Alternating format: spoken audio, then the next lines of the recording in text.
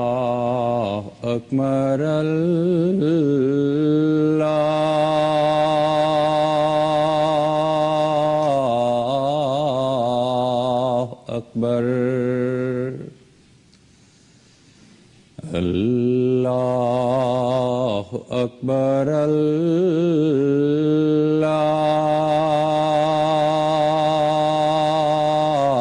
अल्लाह अकबर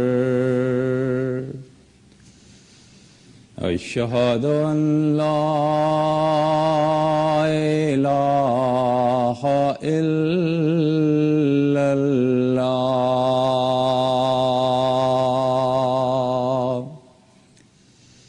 अशहदु अन ला इलाहा इल्लल्लाह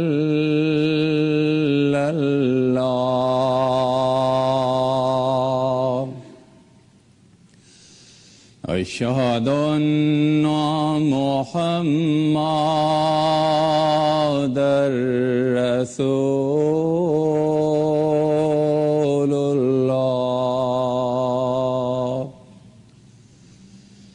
अशहदु अन्ना मुहम्मदर रसूलुल्लाह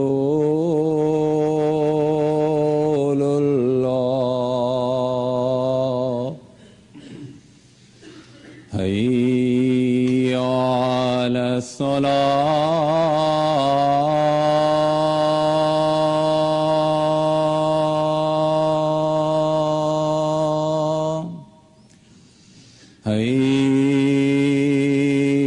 हय्या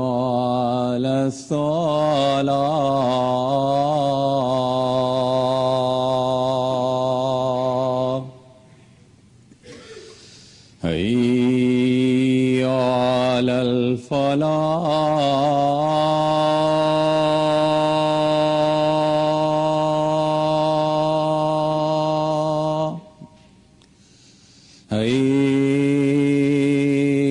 हय्या अलल फलाह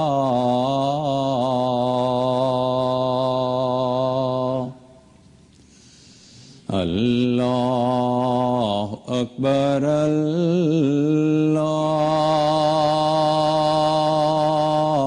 अल्लाह अकबर ला इलाहा इल्लल्लाह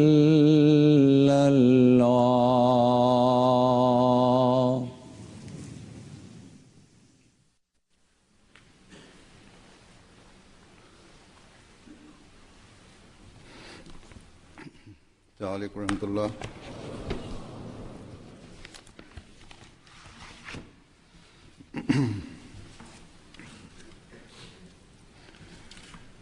अशहदु अन ला इलाहा इल्लल्लाह वहदहु ला शरीका लहु वअशहदु अन्ना मुहम्मदन अब्दुहु व रसूलुहु अम्मा बअदु फ़अऊज़ु बिल्लाहि मिनश शैतानिर रजीम बिस्मिल्लाहिर रहमानिर रहीम अल्हम्दुलिल्लाहि रब्बिल आलमीन अर्रहमानिर रहीम मालिकि यौमिद्दीन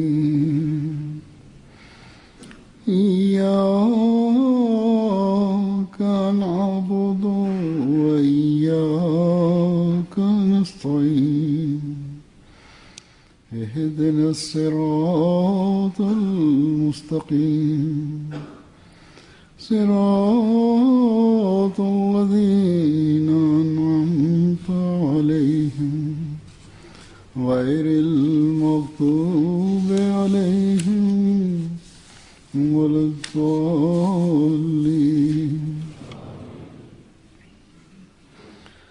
إنما يعمر مساجد الله من آمن بالله واليوم الآخر وأقام الصلاة وآتى الزكاة ولم يخشى إلا الله فعسى أولئك أن يكونوا من المهتدين.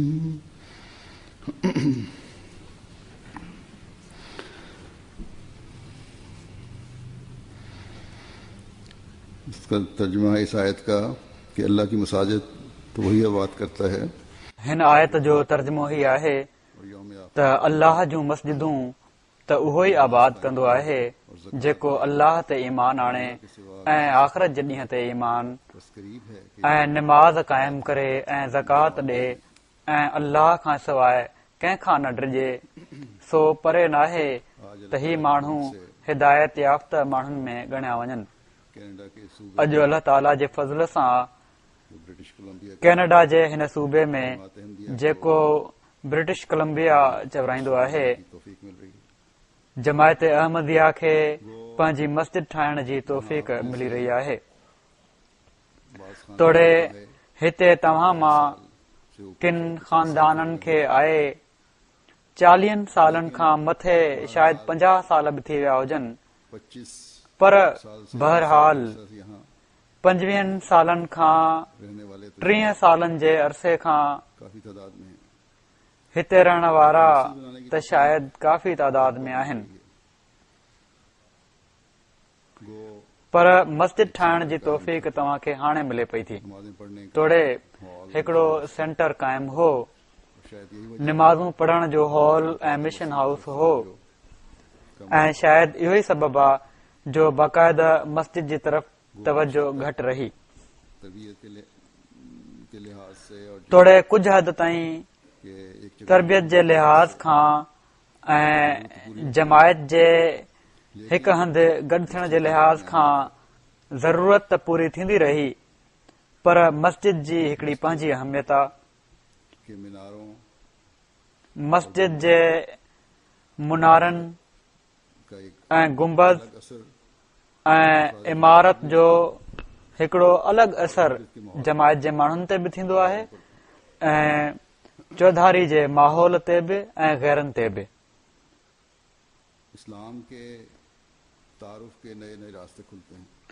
इस्लाम जे तारुफ़ जा नवां नवां रस्ता खुलंदा आहिनि, तबलीग जे लाइ नवां राब्ता पैदा थींदा आहिनि। इहो ई सबबु आहे जो हज़रत मसीह मऊद अलैहिस्सलातु वस्सलाम मस्जिदुनि जी तामीर जी तरफ़ ॾाढी तवजो ॾियारी आहे त अहिड़ी तरह जिथे जमायत जो एको क़ाइमु थींदो उते तबलीग में बि कुशादगी पैदा थींदी। बेशक पाण ही बि फरमायो अथनि त तोड़े ग़रीबाणी नंढड़ी मस्जिद हुजे पर ही मस्जिद ठाहिण ज़रूरी आहे।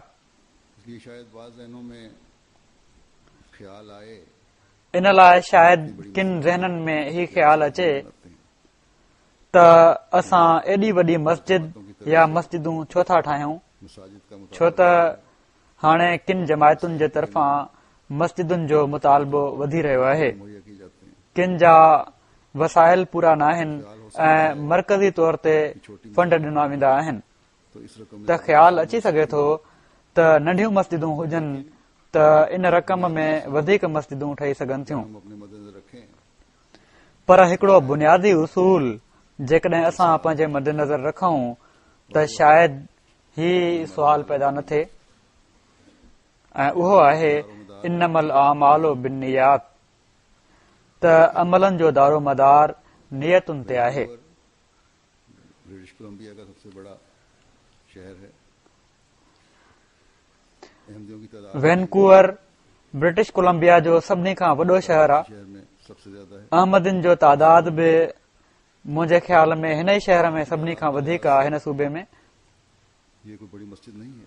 ऐं तव्हां जे तादाद जे लिहाज़ खां हीअ का वॾी मस्जिद न आहे। फजल से ऐं पोइ ख़ुदा ताला रास्ते खोल रहा है। पंहिंजे फज़ल सां वो भी हमसे तकाज़ा जेके तबलीग जा रस्ता खोले पियो थो है, हमारी जगह भी उहे बि असां खां तक़ाज़ा कनि था त असां बि कुशादियूं हुअणु घुर्जनि। हज़रत मसीह मौद अलैहिस्सलातु पोइ असां जिन जॻहुनि में इस इल्हाम कुशादगी हज़रत मसीह मऊद अलैहिस्सलातु वसलाम जे इन इल्हाम हेठि बि ज़रूरी आहे, जंहिं में अल्लाह ताला खेनि फरमायो आहे त वसे मकानक, त तूं पंहिंजी जॻह खे कुशादो कर। जॻह जी कुशादगी सिर्फ़ घरनि में महिमान तरसाइण लाइ न आहे, के आने की वजह से, जलसे की वजह से नहीं थी, माण्हुनि जे अचण जे करे, जलसे जे करे न हुई, बल्कि मकसद के लिए भी मस्जिदुनि जी कुशादगी जे लाइ बि ही इल्हाम आहे। ये इल्हाम है। और मसाजिद की वसत भी ऐं मस्जिदुनि जी कुशादगी बि इन ई जमाने में दायरे में अचे थी। हज़रत मसीह मौद अलैहिस्सलाम को अल्लाह ताला ने पोइ हिन ज़माने में हज़रत मसीह मऊद अलैहिस्सलातु वसलाम खे अल्लाह ताला इब्राहिम चई करे मुखातिब फरमायो आहे खाना काबा की ऐं हज़रत इब्राहिम अलैहिस्सलातु वसलाम जे ज़रिए काबतुल्लाह शरीफ़ जी अदावत थी। सबसे पहले घर को ख़ुदा ताला जे क़याम के लिए सभिनी खां पहिरें घर खे तौहीद जे क़याम जे लाइ ॿीहर उन जे बुनियादुनि ते क़ाइमु कयो वियो वादों के मुताबिक ऐं अल्लाह ताला जे वाइदनि जे मुताबिक़ हज़रत मसीह मौद अलैहिस्सलाम के जरिए से ही हज़रत मसीह मऊद अलैहिस्सलातु वसलाम जे ज़रिए सां ई ये दुनिया जानेगी और जान भी रही है। हीअ दुनिया ॼाणंदी यकीन इसमें कोई ऐं ॼाणे बि रही आहे ऐं यकीनन इन में का शक जी ॻाल्हि न आहे इस्लाम की त नशत सानिया इस्लाम जी नशत सानिया संदन ज़रिए और रूहानी थी लिहाज से खाना काबा की तामीर ऐं रूहानी लिहाज़ खां इस जमाने में काबतुल्लाह शरीफ़ जी तामीर जे मक़सदनि खे हिन ज़माने में हज़रत मसीह मऊद अलैहिस्सलातु वसलाम जे ज़रिए ई पूरो थियणो आहे ऐं दुनिया इन खे ॼाणणो आहे।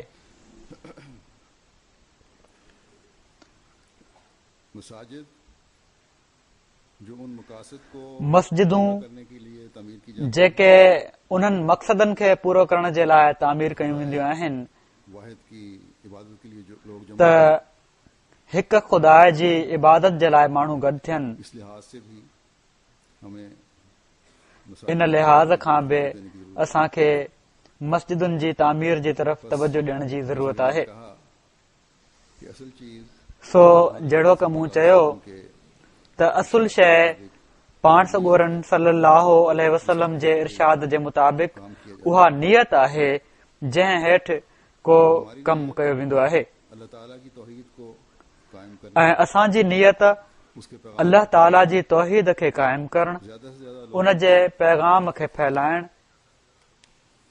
घणे खां घणनि माण्हुनि खे अल्लाह ताला की वादानियत के झंडे तले अल्लाह ताला जी वहदानियत जे झंडे हेठि आणणु आहे। अपनी हालतों और अपनी नस्लों की हालतों में पंहिंजनि हालतुनि ऐं पंहिंजनि नस्लनि जी हालतुनि में रूहानी इनकलाब पैदा करणु आहे अपने आप को ऐं ही इनकलाब पैदा कंदे पंहिंजो पाण खे करने वाला ऐं पंहिंजे नस्लनि खे हिकु खुदा जे अॻियां निबड़ण वारो बनाइणो आहे। अपनी तमाम तर कोशिशों को निमाज़ुनि जे क़याम जे लाइ पंहिंजनि समूरियुनि कोशिशुनि खे कतब आणणो आहे। मसाजिद को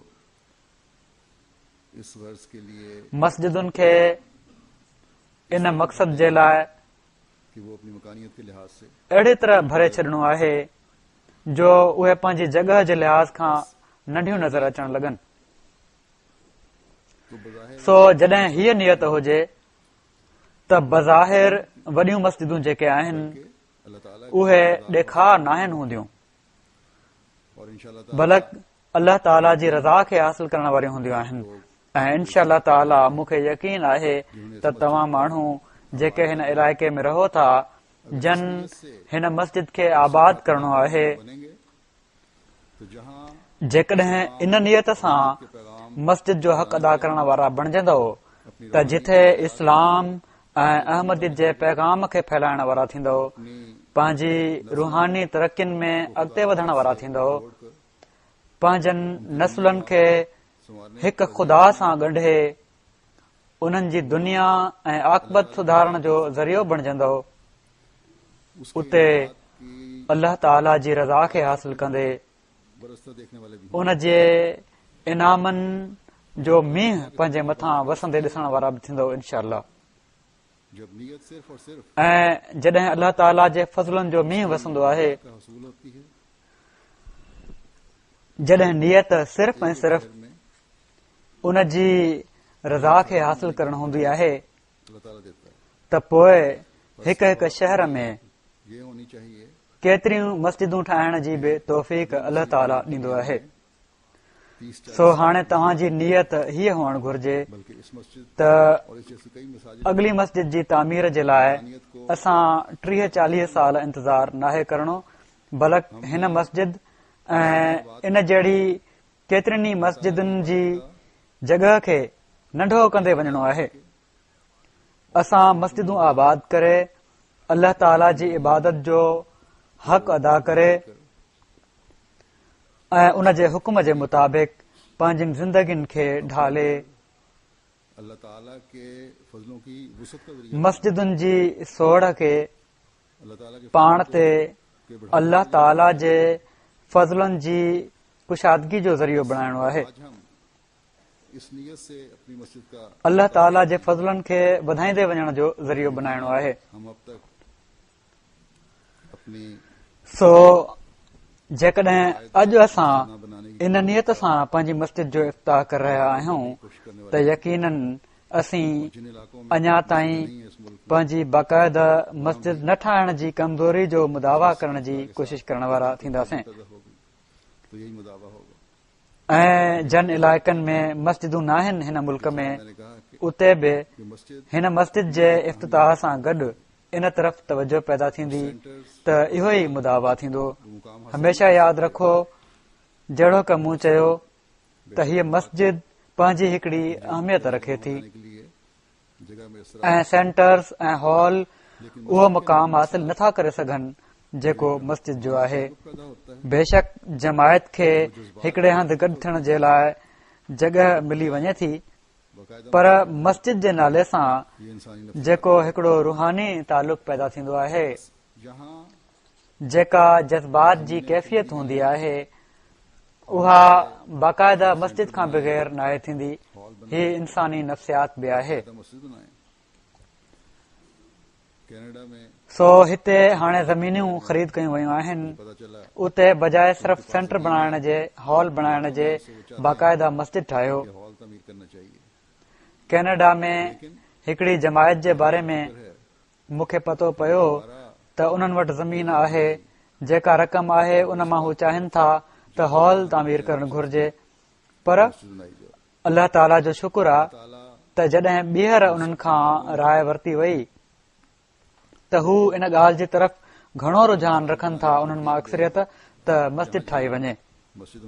अल्लाह ताला उन्हनि सभिनी जमातुनि खे पंहिंजूं मस्जिदूं ठाहिण जी तौफ़ीक़ ॾे, जिथे जिथे मस्जिदुनि जी तामीर जा मनसूबा नज़र हेठि आहिनि।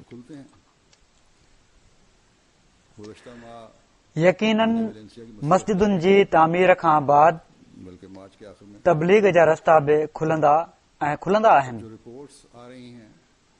गुज़िरियल महीने मूं वेलेंशिया जी मस्जिद जो इफ़्ताह कयो हुयो, बल्कि मार्च जी आख़िर में, त हाणे जेके रिपोर्ट्स अचनि पयूं थियूं उन जे मुताबिक़ जिथे गैर मुस्लिमनि जी इन तरफ़ तवजो पैदा थी रही आहे, इस्लाम जे बारे में उहे माण्हू ॼाण हासिल करे रहिया आहिनि, उते गैरत जमायत मुस्लमान बि निमाज़ूं पढ़ण जे लाइ ईंदा आहिनि ऐं जमायत जो तारुफ़ हासिल करे रहिया आहिनि।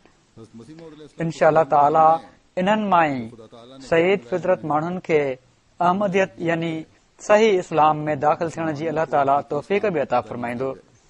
हज़रत मसीह मऊद अलैहिस्सलातु वस्सलाम जे ज़िमे जेके ख़ुदा ताला कम लॻाया आहिनि, उन्हनि मां हिकिड़ो ही बि आहे त मुस्लमाननि खे सही इस्लाम जी तालीम ॾिनी वञे, उन इस्लाम ते गॾु कयो वञे जेको हज़रत मोहम्मद मुस्तफ़ा सल्लल्लाहु अलैहि वसल्लम आंदो हुयो। इस्लाम को इल्हामन फरमाया, उन शरीयत खे लागू कयो वञे जेका मथनि लथी हुई।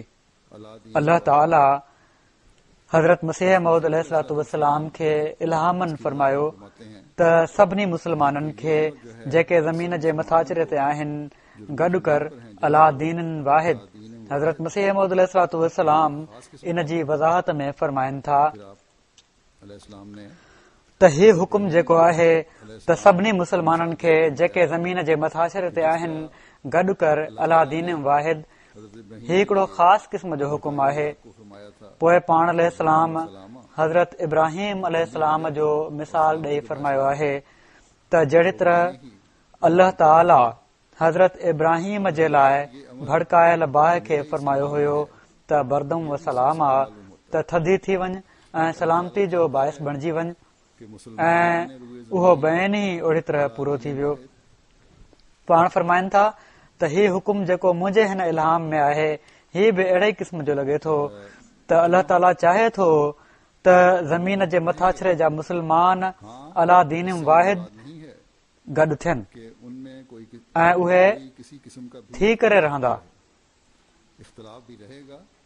हा, इन मां ही मुराद न आहे त उन्हनि में को कंहिं क़िस्म जो बि इख़्तिलाफ़ न रहे, इख़्तिलाफ़ बि रहंदो, मगर उहो अहिड़ो हूंदो जेको ज़िक्र जोॻो ऐं एतिराज़ जोॻो न आहे। सो मुस्लमाननि ऐं गैर मुस्लिमनि सभिनी जे लाइ हिदायत जी वाट हाणे हज़रत मसीह मऊद अलैहिस्सलातु वस्सलाम जे ज़रिए सां ई आहे। हिन मुल्क में बि ऐं हिन शहर में बि लखें हज़ारे मुस्लमान रहनि था। यकीनन हीअ मस्जिद उन्हनि जो ध्यानु छिकण वारी बि हूंदी। हिन मस्जिद जी अॾावत सां नाकारी ऐं हाकारी ॿिन्ही रंग में गैरस जमात ऐं गैर मुस्लिमन में ॻाल्हि थींदी, ऐं इन ॻाल्हि जे करे तव्हांजी तबलीग जा रस्ता बि बहितर खुलंदा। इन जे लाइ बि पंहिंजो पाण खे तव्हांखे तयारु करणो पवंदो। सो मस्जिद ठहण सां हिक खां पोइ ॿी ज़िम्मेवारी तव्हां ते पवंदी वेंदी।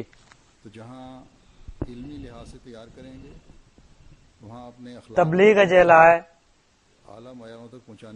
ज़ाहिर आहे त जॾहिं तव्हां पंहिंजो पाण खे तयारु कंदव त जिथे इल्मी लिहाज़ खां तयारु कंदव उते पंहिंजे अख़लाक खे बि आला मयारनि ताईं पहुचाइण जी कोशिश कंदव ऐं करणु घुर्जे, न त कौल ऐं फ़इल में तज़ाद जे करे तव्हां जेको वेझो बि न ईंदो। सो मस्जिदुनि जी अॾावत सां ज़ाती तौर ते बरकतुनि जा दरवाज़ा बि खुलंदा आहिनि जेके हिकिड़े मोमिन खे उन जे ईमान में वधाईंदा वेंदा आहिनि, ऐं जमायती बरकतूं त अल्लाह ताला जे फज़ल सां अहिड़ी तरह नाज़िल थींदियूं आहिनि जो इंसान हैरान थी वेंदो आहे। अल्लाह ताला क़ुर शरीफ़ में मस्जिद जे हवाले सां मुख़्तलिफ़ जॻह ते ज़िक्र फरमायो आहे।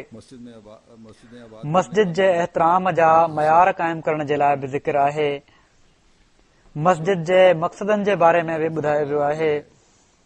मस्जिदूं आबाद करण वारनि जी ख़ुसूसियतुनि जे बारे में बि ॿुधायो वियो आहे। हिन वक़्तु जेका आयत मूं तव्हां जे साम्हूं तिलावत कई आहे उन में मस्जिद आबाद करण वारनि जो ज़िक्र आहे। पहिरीं ॻाल्हि हीअ बयानु कई वई आहे त मस्जिदुनि खे आबाद करण वारा अल्लाह ताला ते ईमान आणण वारा आहिनि। हीउ चई छॾणु त असां अल्लाह ताला ते ईमान आणियूं था काफ़ी नाहे।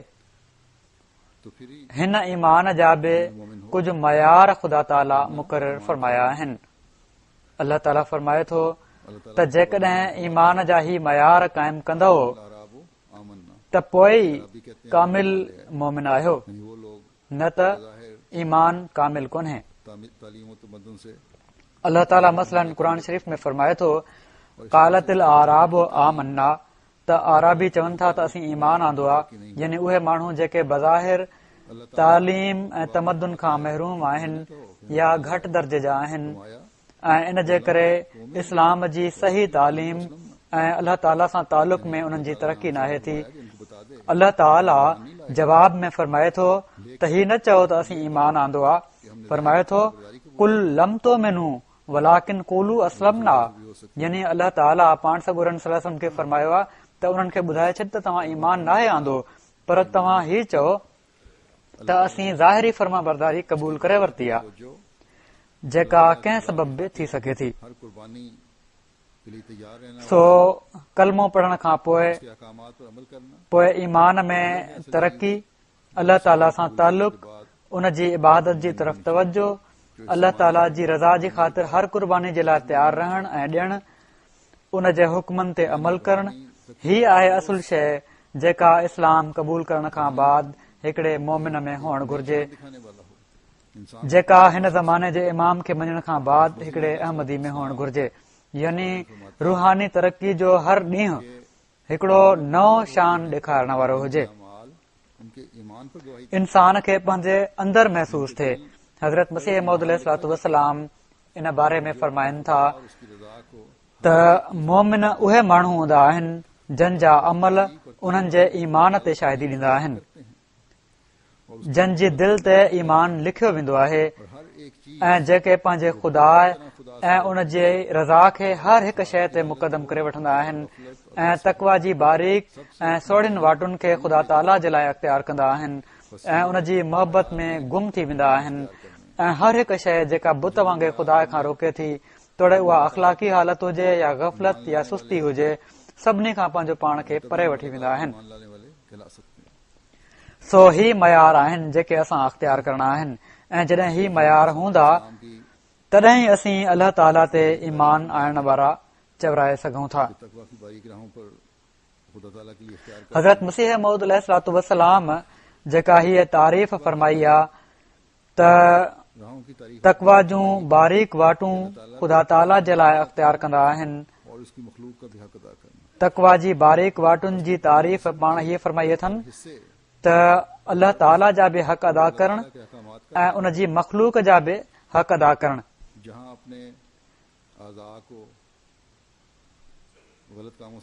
पंहिंजे जिस्म जे हर उज़वे ऐं हर हिसे खे अल्लाह ताला जे हुक्मनि जे ताबे करण, जिथे पंहिंजे उज़वनि खे ग़लत कम खां बचाइण, उते पंहिंजी सोच खे बि हर लिहाज़ खां पाक रखण, तॾहिं निमाज़ुनि जे वक़्त में बि ख़ुदा ताला जी तरफ़ तवजो रहंदी, तॾहिं निमाज़ुनि जो क़याम बि थींदो। जेकॾहिं सोचुनि जो महवर सिर्फ़ दुनिया ऐं दुनिया जूं लज़तूं आहिनि त निमाज़ुनि में तवजो क़ाइम नथी रही सघे। बज़ाहिर इंसान निमाज़ पढ़ी रहियो हूंदो आहे पर ख़्याल किथे ॿिए हंधि घुमी रहिया हूंदा आहिनि। वरी पाण फरमाइनि था त उन जी यानी ख़ुदा ताला जी मोहबत में गुम रहण वारा असुल मोमिन आहिनि। पाण सॻोरन सल्लल्लाहु अलैहि वसल्लम हिकिड़े मोमिन जी हीअ निशानी ॿुधाई आहे त उन जी दिलि हिकिड़ी निमाज़ खां ॿी निमाज़ ताईं मस्जिद में अटकियल रहंदी आहे। हू इन इंतज़ार में हूंदो आहे त अॻिली निमाज़ जो टाइम थिए त मां मस्जिद वञा।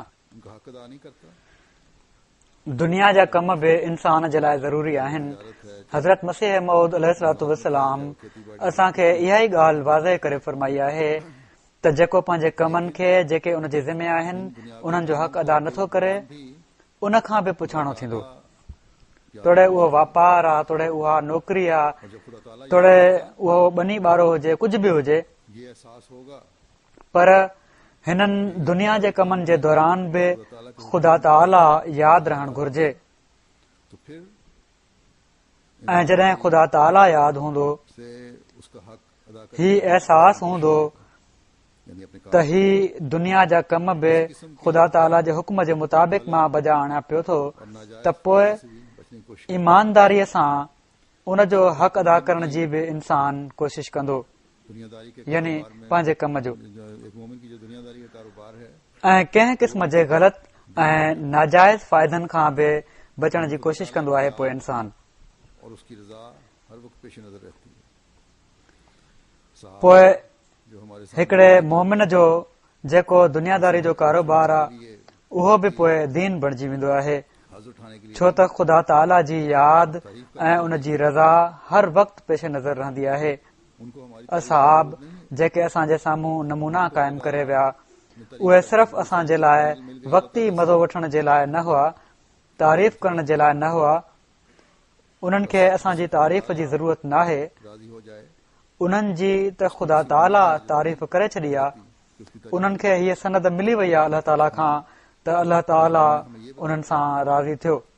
कि अगर तुम उनके नमूनों पर चलो सो जंहिंसां ख़ुदा ताला राज़ी थी वञे सामने रखते हुए उनखे कंहिं बाने जी ज़रूरत नाहे रहंदी त उन जी तारीफ़ कई वञे। हा, ही नमूना असांखे ही ॿुधाइनि था त जेकॾहिं तव्हां उन्हनि जे नमूननि ते हलंदो, अल्लाह ताला जी मोहबत खे साम्हूं रखंदे ज़िंदगी जो वहिंवार सरअंजाम ॾींदो ने फरमाया कि त ख़ुदा ताला तव्हां खे बि पंहिंजी रज़ा जी वाटुनि ते हलण वारनि में ॻणींदो। अपने अखलाक भी बुलंद करो। अखलाक की बुलंदी का हज़रत मसीह मऊद अलैहिस्सलाम फरमायो आहे त जेकॾहिं ईमान जा मयार हासिल करणा आहिनि सिर्फ त पंहिंजा अख़लाक बि बुलंद कयो। नमाजें पढ़ लेना अख़लाक जी बुलंदी जो खुदा ताला हुकूकुल इबाद जी अदायगी मां सही पतो पवंदो आहे। और ईमान लाने वाला नहीं बनाता। ॼण त सिर्फ़ माशरे के हुकूक जो हैं निमाज़ूं पढ़ी वठण ऐं पंहिंजे ख़्याल में एक ईमान ख़ुदा ताला जो हक़ अदा करे छॾणी, इंतहाई जरूरी है।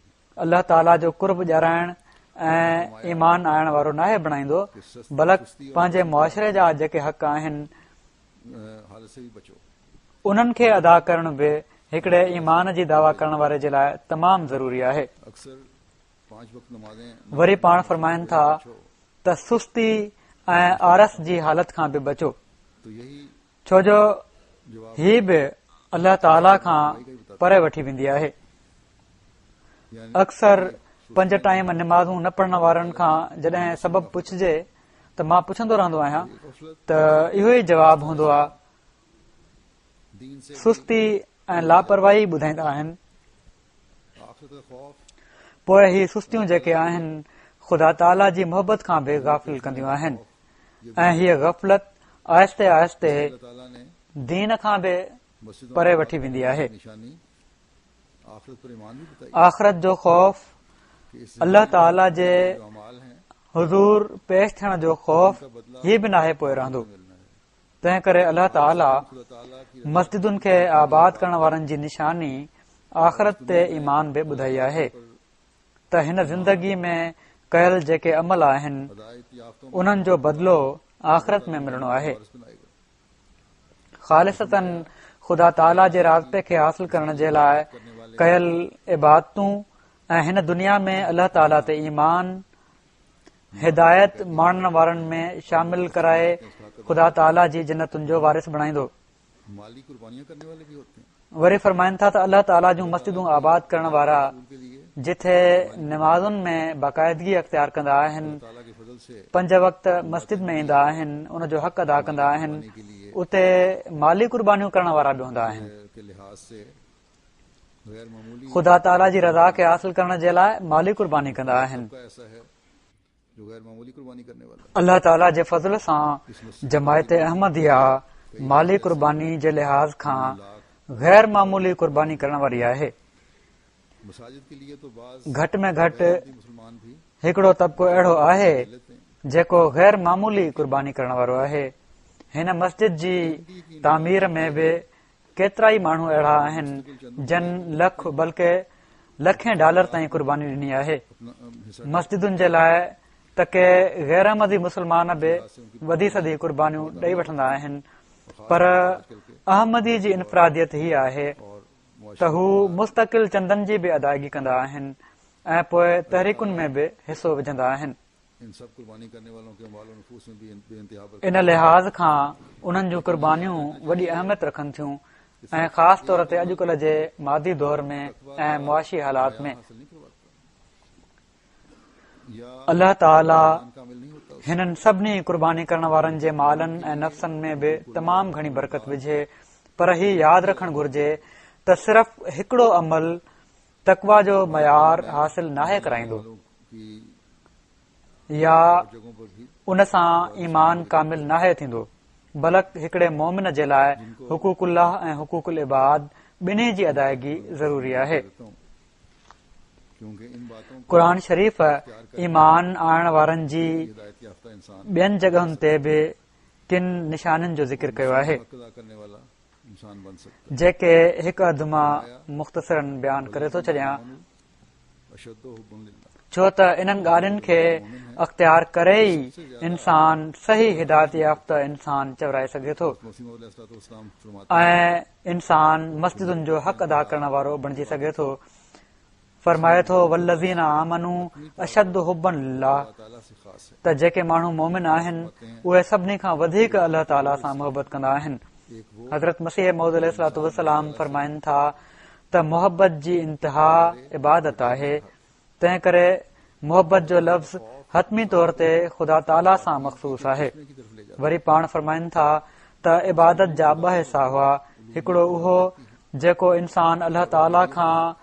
का हकीकी रंग डिॼे जीअं डिॼण जो हक़ आहे। ये है खौफ, ख़ुदा ताला जो ख़ौफ़ इंसान खे पाकीज़गी जे चश्मे ॾांहुं वठी वेंदो आहे सजदारेज़ इंसान ऐं उन जो रूह नरम थी उलूहियत ॾांहुं वहंदो आहे और सही आबिद बनने की कोशिश करता ऐं अबूदियत जो सही रंग उन में पैदा थी वेंदो आहे। है। दूसरा हिस्सा इबादत का ये है हिकु त ही आहे ख़ौफ़, खुदा से मोहब्बत करे, त अल्लाह ताला जे ख़ौफ़ विचां दिलि रिझंदी आहे, इसलिए उन जे इंसान अॻियां सजदे में किरंदो आहे, उन जी इबादत जो हक़ अदा करण जी कोशिश कंदो आहे ऐं सही आबिद बणजण जी कोशिश कंदो आहे।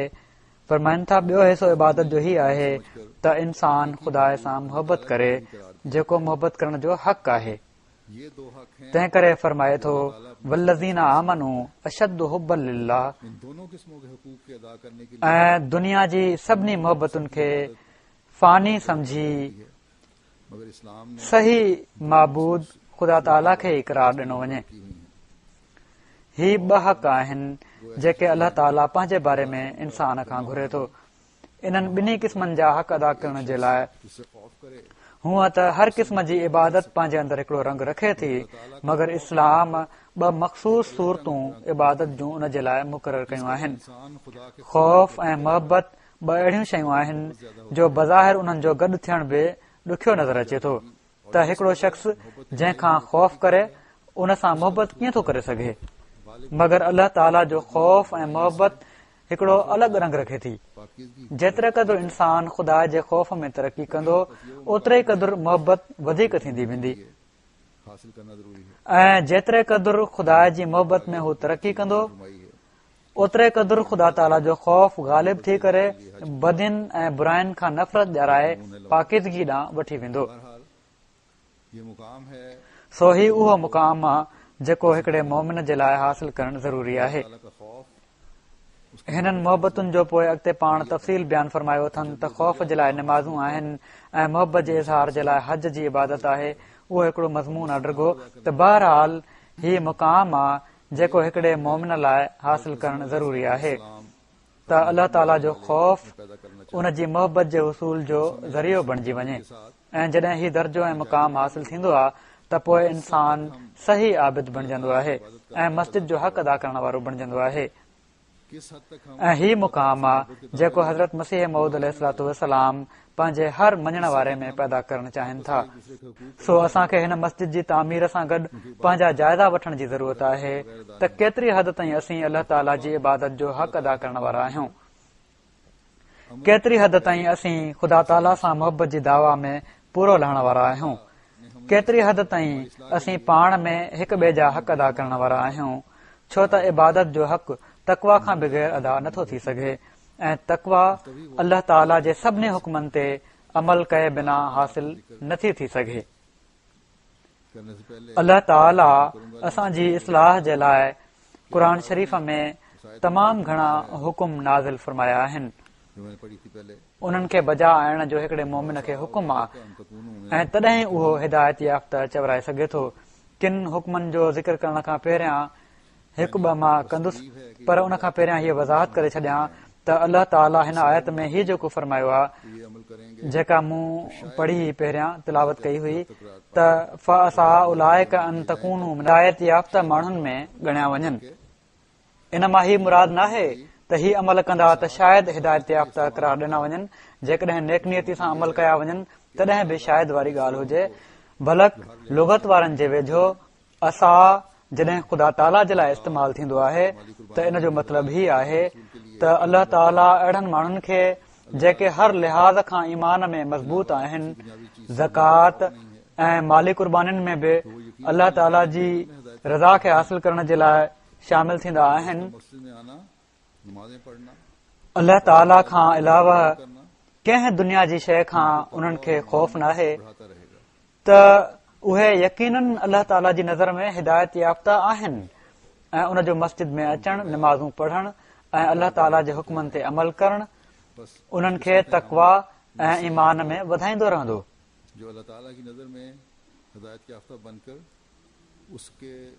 ऐं उन्हनि जा तक़वा जा मयार बुलंद थींदा वेंदा। सो ख़ुशकिस्मत आहिनि असां मां उहे जेके अल्लाह ताला जी नज़र में हिदायत याफ़्ता बणिजी उन जे कुर्ब में तरक़ी करे रहिया आहिनि। मां किन हिकु ॿ ज़िम्मेवारियुनि जे बारे में बि अर्ज़ु करे छॾियां जेके ख़ुदा ताला असां ते विधियूं आहिनि, या उहे ॻाल्हियूं जंहिं जो अल्लाह ताला असांखे हुकुम ॾिनो आहे। अल्लाह ताला फरमाए थो त कुंतुम ख़ैर उम्मतिन उख़रिजत लिन्नास तामुरून बिल मारूफ व तनहौना अनिल मुनकर व तुमिनून बिल्लाह, त तव्हां सभिनी खां बहितर जमायत आहियो जंहिंखे माण्हुनि जे फ़ाइदे जे लाइ पैदा कयो वियो आहे। तव्हां नेकीअ जी हिदायत कयो था ऐं बुराई खां रोकियो था ऐं अल्लाह ताला ते ईमान रखो था। सो हिन आयत में हिकिड़े सचे मुस्लमान जूं खूबियूं बयानु कयूं वयूं आहिनि त बुराई खां रोकण वारो आहे, नेकीअ जी तलक़ीन करण वारो आहे, ऐं ही कमु ओड़े महिल ताईं नथो थी सघे जेसि ताईं इंसान पंहिंजे कौल ऐं फेल में हिकु जहिड़ो न हुजे। जेकॾहिं असांजा अमल असां जिन ॻाल्हियुनि खां मुख़्तलिफ़ आहिनि त असांजा पंहिंजा जेके माण्हू आहिनि उन्हनि ते बि असां जिन ॻाल्हियुनि जो असर न थींदो। ऐं गैरनि जी त ॻाल्हि ई जुदा आहे। हीअ मस्जिद ठहण सां जहिड़ो की मूं चयो तबलीग जा रस्ता बि खुलंदा, पर जेकॾहिं असांजा अमल अहिड़ा न आहिनि जो जेके ख़ुदा ताला बयानु फरमाया आहिनि, त न असीं ख़ैर उम्मत आहियूं, न असांजो ईमान अल्लाह ताला ते आहे ऐं न ई असां जूं निमाज़ूं कंहिं कम जूं आहिनि, न असां जूं माली कुर्बानियूं ख़ुदा ताला वटि क़बूल आहिनि, न असांजी हीअ दावा सची आहे त असीं ख़ुदा ताला जो ख़ौफ़ रखण वारा आहियूं। सो अल्लाह ताला जे हुकमनि जे मुताबिक़ पंहिंजो पाण खे ढालणु असांजो सभिनी खां पहिरियों फ़र्ज़ आहे ऐं पहिरीं ज़रूरत आहे। अल्लाह ताला जो हिकिड़ो हुकुम आहे त वक़ूलू लिन्नास हुस्ना,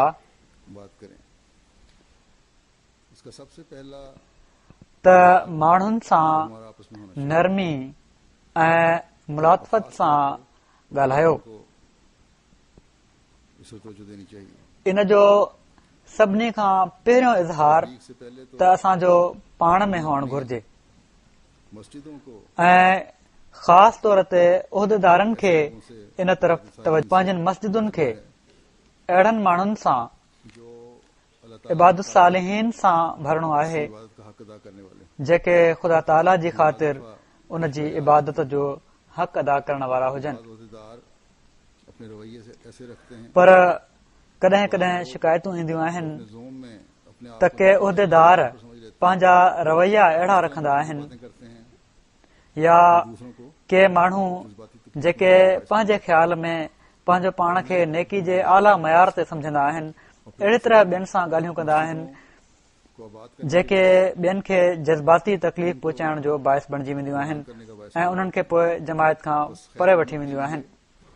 सबसे पहले तो ऐं पोइ अहिड़ा माण्हू मस्जिदुनि खे आबाद करण जे बदिरां उन्हनि खे वीरान करण जो बाहिस बणिजी रहिया हूंदा आहिनि।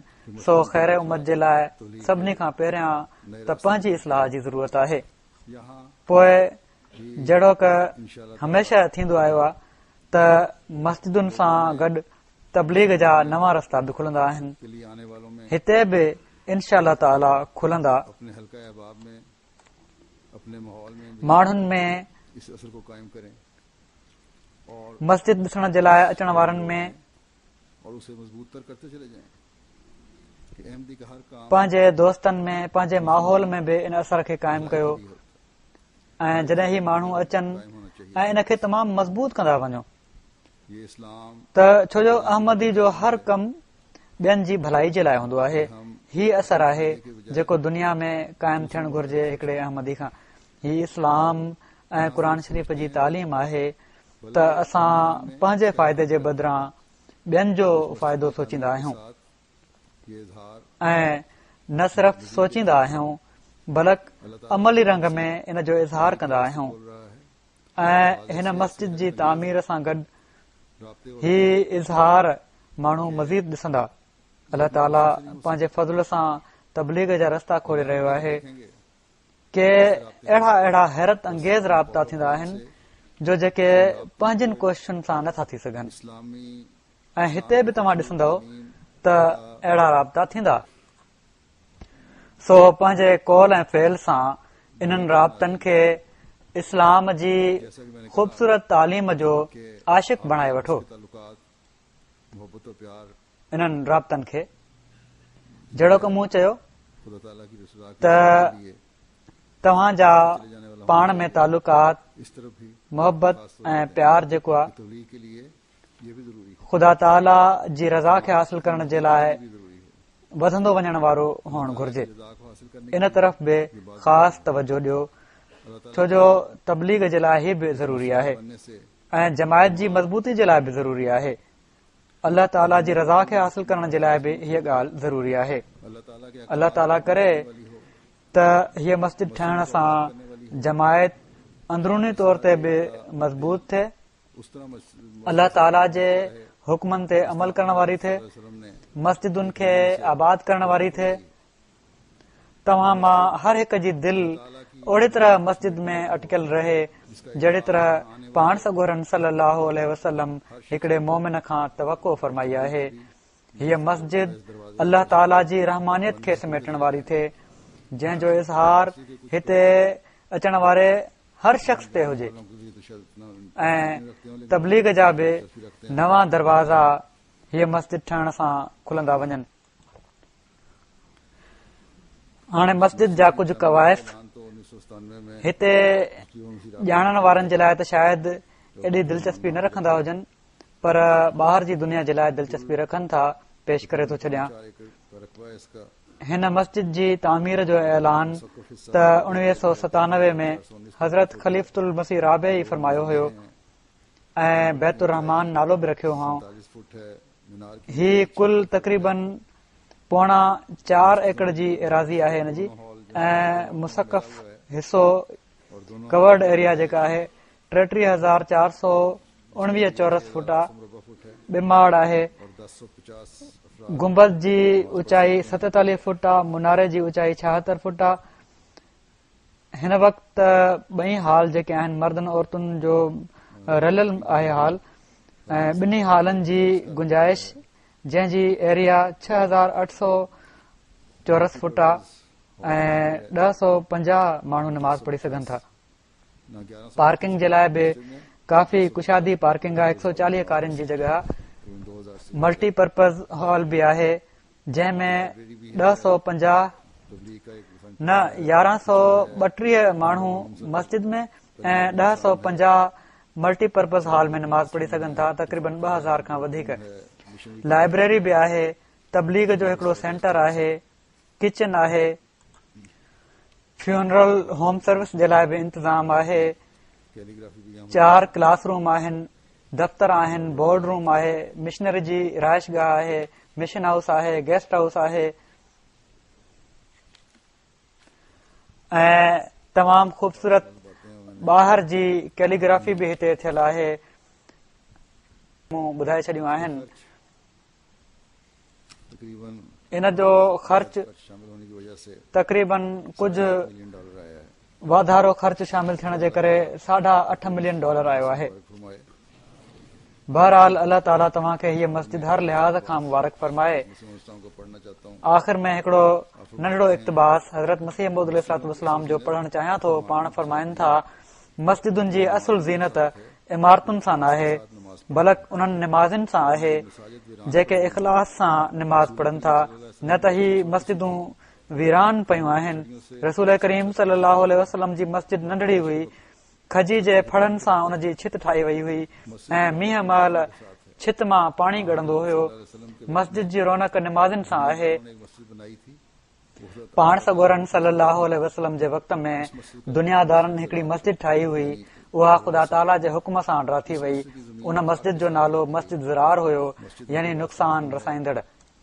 इन मस्जिद जी ज़मीन खाक में मिलाई वई। मस्जिदुनि जे वास्ते हुकुम आहे त तक़वा जे वास्ते बणायूं वयूं आहिनि, सो ही हर अहमदी खे साम्हूं रखणु घुर्जे। वरी फरमाइनि था, जमायत जी पंहिंजी मस्जिद हुअणु घुर्जे, जंहिंमें पंहिंजी जमायत जो इमाम हुजे ऐं वाइज़ वग़ैरह करे, ऐं जमायत जे माण्हुनि खे घुर्जे त सभई रलिजी उन मस्जिद में निमाज़ बा जमायत पढ़ंदा कनि। जमायत ऐं ॿधी में वॾी बरकत आहे। छड़ो छड़ सां फोट पैदा थींदी आहे ऐं हीउ वक़्तु आहे त हिन वक़्तु इतिहाद ऐं इतफ़ाक़ खे ॾाढी तरक़ी ॾियणु घुर्जे ऐं नंढियुनि नंढियुनि ॻाल्हियुनि खे नज़र अंदाज़ करे छॾणु घुर्जे जो जेके फोट जो बाहिस बणजंदियूं आहिनि। अल्लाह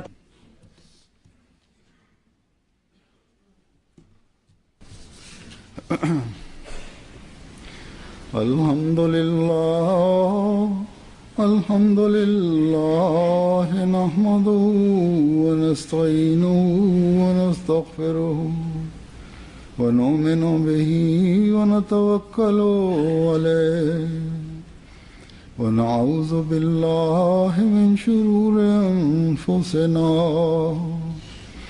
व मिन सय्यिआति अअमालिना। मन यहदिहिल्लाहु फला मुदिल्ल लहु व मन युद्लिल्हु फला हादिय लहु व नशहदु अन ला इलाहा इल्लल्लाह व नशहदु अन्ना मुहम्मदन अब्दुहु व रसूलुहु। इबादल्लाह रहमकुमुल्लाह इन्नल्लाह यामुरु बिल अदलि वल इहसानि व ईताइ ज़िल क़ुर्बा व यन्हा अनिल फ़हशाइ वल मुनकरि वल बग़य याइज़ुकुम लअल्लकुम तज़क्करून। उज़्कुरुल्लाह यज़्कुरुकुम वदूहु यस्तजिब लकुम व लज़िक्रुल्लाहि अकबर।